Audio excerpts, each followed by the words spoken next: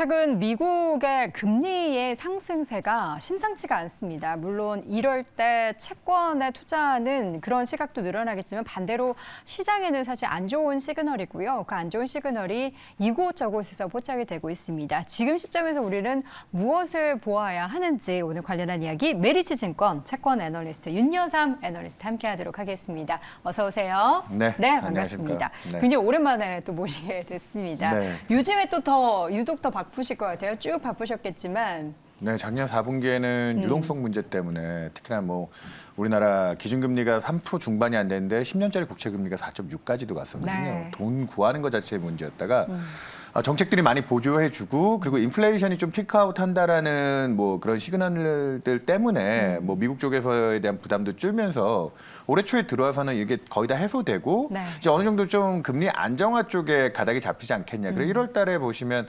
나스닥이라든지 뭐 앞서 뭐 또 종목 소개하시는 분도 얘기하셨지만 성장주들 쪽에서도 뭐 기대들이 좀 많았거든요. 근데 그게 지금 다시 흔들리기 시작했다. 네. 그래서 지금 금리가 다시 이전 수준보다 더 높은 수준. 왜냐하면 기준금리가 미국 기준으로는 한 5% 내외 정도에서 끝이지 않을까 인상이. 우리도 3.5에서 추가적으로 이제 1월 달까지 올리고 더 인상은 없을 거다 봤는데 최근에 그 믿음들이 다시 흔들리면서 그렇죠. 기준금리 자체에 대한 기대가 올라가는데 채권 시장이 작년 4분기에 기록했던 고점을 또 넘어서는 게 아닌가. 전일 미국채 10년 금리가 작년 11월 이래로 또 이제 4자를 받기 때문에 맞아요. 그런 긴장감들은 또 높아지고 있습니다. 우리가 뭔가 시장의 어떤 지표 같은 경우에는 이럴 것이다라는 믿음을 지금 갖기는 굉장히 변동성이 많아서요. 지금 최근에 그 10년물 이렇게 올라가고 1년물 같은 경우에는 5%를 넘었잖아요. 네. 이런 변화의 가장 큰 요인은 뭐라고 생각하십니까? 뭐 가장 심플하게는 물가 때문이다라고 봐야 될 물가. 거고요. 근데 그 물가를 지지하는 게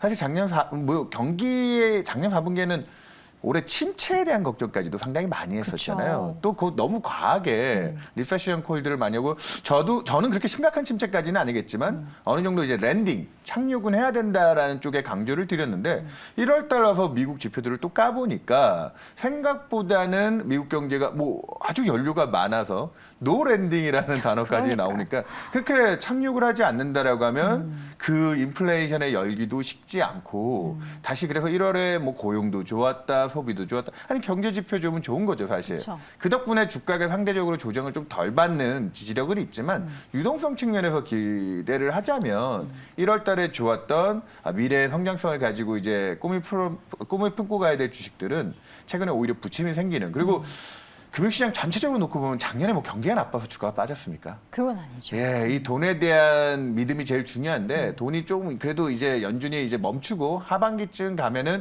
다시 좀 풀어줄 수도 있지 않을까 기대는 지금 완전히 쑥 들어갔다 그렇게 보시면 될 것 같습니다. 금리가 올라가고 경기가 좋아지면 좋아질수록 우리가 유동성을 옥죄할 수밖에 없는 그런 환경이 펼쳐지기 때문에 여기에서 더 만약에 경기가 좋다라고 하면은 연준 쪽에서는 더 네. 옥죄게 되고 그러면 시장에는 결국에는 좋지 않은 그런 환경이 마련될 수밖에 없을 것 같습니다. 이 가운데 이제 3월 FOMC에 관련한 여러 가지 이야기들 특히나 이제 매파적인 얘기들 많이 나오는데 네. 지금 뭐 25bp나 50bp나 상관없다. 어쨌든 지금 상황은 별로 이렇게 긍정적인 시그널을 주는 시장은 아니다라고 그 닐 카시가리 그분이 사실 이렇게 발언 한 번씩 할 때마다 시장 영향 크잖아요. 네네. 지금 현재 올해 투표권을 갖고 있는 네. 미니애폴리스의 그 연준 연준 총재인데요. 총재. 가장 연준 내 매파 위원 중에 하나고요. 네. 아이러니하게도 불과 2년 전만 해도 연준 내에서 금리를 올리면 안 된다는 가장 비둘기 중에 한 분이시기도 했습니다. 이게 마음을 이제 변경하고 자기들이 세웠던 그 논리들이 바뀔 때 왜 꺾을 때는 확실하게 꺾는다라는 얘기들이 또 있잖아요. 뭐 좀 나쁜 표현으로는 변절을 할 거면 또 확실하게 가야 되는데 카시카리나 블라드와 같은 연준 내 매파 위원들이 이전에 가장 비둘기였다가 이쪽으로 좀 옮겨졌는데요. 네. 지금 인플레이션 자체에 대한 기대가 떨어지는 기울기가 굉장히 완만해졌고 어제 이제 전일 ISM 제조업 지수가 기대보다는 제조업 활동 자체는 나쁘게 나왔는데 그 안에서 이제 물가 쪽에 관련된 지표가 또 기준선 이상으로 나머지 지표들은 다 기준선 아래인데 치솟으면서 인플레이션에 대해서 안심할 수가 없다. 이러다 보니까 저희는 물가에 대한 큰 기준은 좀 잡히지 않을까라고 했는데 이런 노이즈 때문에 이번 3월 달 인상에서 뭐 5월 인상까지는 당연하게 지금 시계가 잡히고 있고요. 5.25까지는. 네. 이번 달 빅스텝을 하느냐 3월에 아니면 6월 달까지 5.5% 정도까지는 미국의 기준금리를 이전에 매파들이 제시하고 있는 상당 수준이거든요. 거기까지는 가야 된다라를 얘기하고 있기 때문에 작년 10월 달에 미국채 10년 금리가 4.3%가 고점입니다. 물론 단기 금리들은 이전 고점들을 아까 1년짜리 5% 넘었다고 그쵸. 얘기하셨잖아요. 그런 식으로 다 초과했고 10년짜리 장기적인 성장성은 아직까지 그래도 이게 고차가 될 것인가. 그리고 또 지금 단기적으로 1월 달에 좋았던 미국 경제 효과들이 이게 지속성을 갖느냐에 대한 확인이 좀 필요하거든요. 왜냐하면 1월 달에 미국의 소비가 갑자기 좀 급증하고 자동차 판매 같은 내구재들도 막 좋았던 게 그렇죠. 미국 지방 정부들이 소득세를 감면해 주기로 한 약속이 있었는데 그 1월 달로 몰려버렸어요. 그러면서 거기서 이제 소득 여건이 확 좋아지는 게 하나 있었고 또 하나 물가가 올라가면서 생활 수준이 열악해지는 저소득층들한테 미국 그 이니셜로 콜라라고 하는 이게 소득을 보조해주는 프로그램이 뭐 있거든요. 약자군요. 네, 콜라라는. 약자입니다. 그 우리가 마시는 콜라가 네네네. 아니라 커스트 오브 리빙 그 어드저스먼트라고 하는 생활비를 지원해주는 그 콜라라는 이니셜 그 정책이 소비를 이런. 지원해줬는데 이게 계속될 정책은 아니에요, 사실. 그렇죠. 그러다 보니까 지금 1, 2월 달에 반짝 좋은 지표들이 양호한 고용에 임금 소득도 받쳐주고 있지만 기업들은 제조업 원가는 지금 또 금리 올라가면 또 부담이거든요. 그렇죠. 그래서 저는 개인적으로 미국 경제가 작년 4분기에 리세션 콜하면서 너무 암울한 시각을 냈을 때 근데 또 아이러니하게 그때부터 돈 풀린다고 나스닥 중심의 성장주들이 그때부터 좋았어요 네. 또. 근데 1월 달 돌아선 지금 노랜딩 지표가 너무 좋다고 하니까 오히려 돈 풀린 단의 기대는 좀 잡히고 수주 산업들 다우존스 같은 경우에는 전일에도 나스닥 빠질 때 버티잖아요. 그쵸. 그런 쪽에서 버티는 과정이 나왔는데 저는 이런 과정이 올해 시속 게임으로 좀 좋아 보일 때 역발상으로 나빠지는 거에 대한 왜냐하면 거기에 따른 기업들이 금리 올라오지 달러 강세지 원자재 가격도 좀 올라오지 오늘 뭐 중국 쪽도 지표 좋게 나오면 그쵸. 그런 식의 반응들 때문에 이 투자자분들이 올해 작년부터 그랬지만 작년에는 일방적으로 깨지는 데에서 고생을 굉장히 매크로 환경이 안 좋은 데에 대한 질적 나쁨인데 올해는 그 정도보다는 분명히 낫습니다.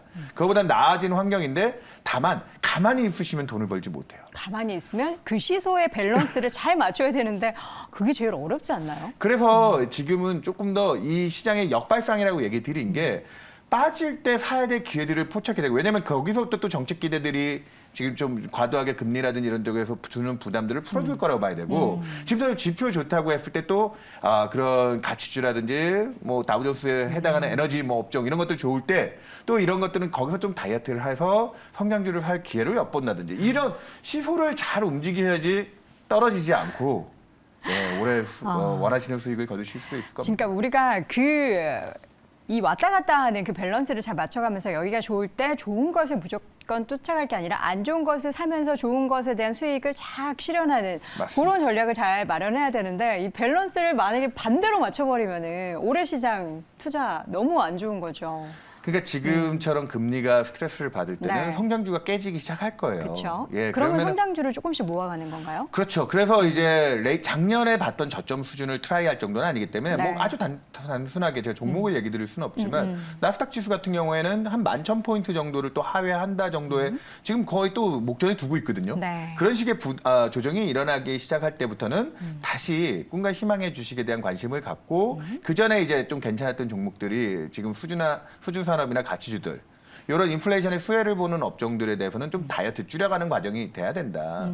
그렇기 때문에 올해는 뭐 하나를 좀 투자해서 돈을 벌었다고 했을 때 거기서 수익을 적절하게 짝 컷을 하고 손실을 봤다고 했을 때도 무조건 손절을 하면 안 될 것 같아요. 그렇죠. 기다려야 될 것 같은데요. 그런 좀 중심을 잘 잡는 투자. 그러니까 아주 잘못 들어갔을 때는 버텨야 되고요. 네. 흐름을 잘 탔을 때는 왔다 갔다를 잘 하셔야 되는 굉장히 어렵죠, 사실은. 이건 정말 고수의 영역 아닙니까? 그렇기 때문에 최근에 주식 투자에서 뭐 이렇게 벌었다 또 깨졌다가 왔다 갔다 힘드시니까 난 그런 거 고민 안 하련다라고 하시는 분들이 네. 차라리 또 지금 금리 올라온다고 하니까 높은 수익에서 이자 수익을 고정시켜 버리겠다라고 채권을 그냥 사시는 분들의 관심이 또 있습니다. 요즘 채권 투자에 대한 관심이 가격이 내려가다 보니까 엄청나게 뜨거워지는데 지금 채팅창에 어떤 분은 채권 투자 좀 당분간은 조금 기다려야겠네라는 이야기를 하고 계세요. 어떤 쪽이 맞다고 생각하십니까? 이거 채권 시장도 시소 게임이라고 보고 있고요. 그렇게 기준금리가 높아지는 거를 작년만큼 채권 금리가 막 쫓아가지 않아요. 이유는 채권 시장 입장에서도 작년보다는 유동성에 대한 기대들로 좀 이제 그리고 실제로 정책들이 좀 보조를 해주면서 네. 미국도 재정 안 쓴다고 하면서 아까 그런 보조금들이라든지 감세 정책들이 효과를 주는 것도 네. 있잖아요. 그러니까 금리도 작년에 고점들을 그렇게 쉽게 깰 거라고 보시면 안 됩니다. 그러니까 채권으로 트레이딩을 하겠다라고 하는 분들은 지금 약세장에 여전히 채권이 남아있다고 생각하면 서둘러서 하면 안 된다고 생각하지만 또 우리나라의 우량한 등급의 뭐 회사채라든지 뭐 작년에 한참 인기 좋았던 한전채 같은 거 올해 1월 달에 뭐 3% 중후반대까지 확 급락을 하면 작년에 6%도 줬거든요. 한 분기 만에 이자 수익이 반토막이네요. 뭐 엄청나게 급락을 하면서 그러니까 채권 가격은 많이 올랐던 거죠. 네. 그런 채권들 우량 등급 채권들이 지금 국채 금리가 오늘 한 3.7대가 넘어가고 있기 때문에 그런 채권들은 다시 앞자리 숫자를 4자대를 보여주고 있습니다. 그러면 3년짜리 예금을 한 4%대 가입하겠다. 나는 그 이자 소득만 챙기면 되겠다.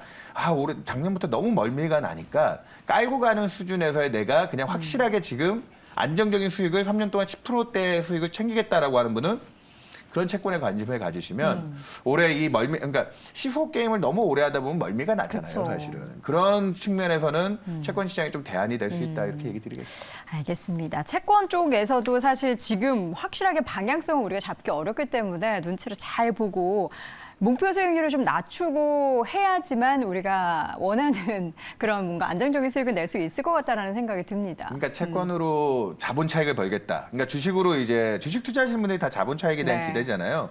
요새는 채권하면 지금 채권도 자본 차익을 원하시는 분들이 많아요.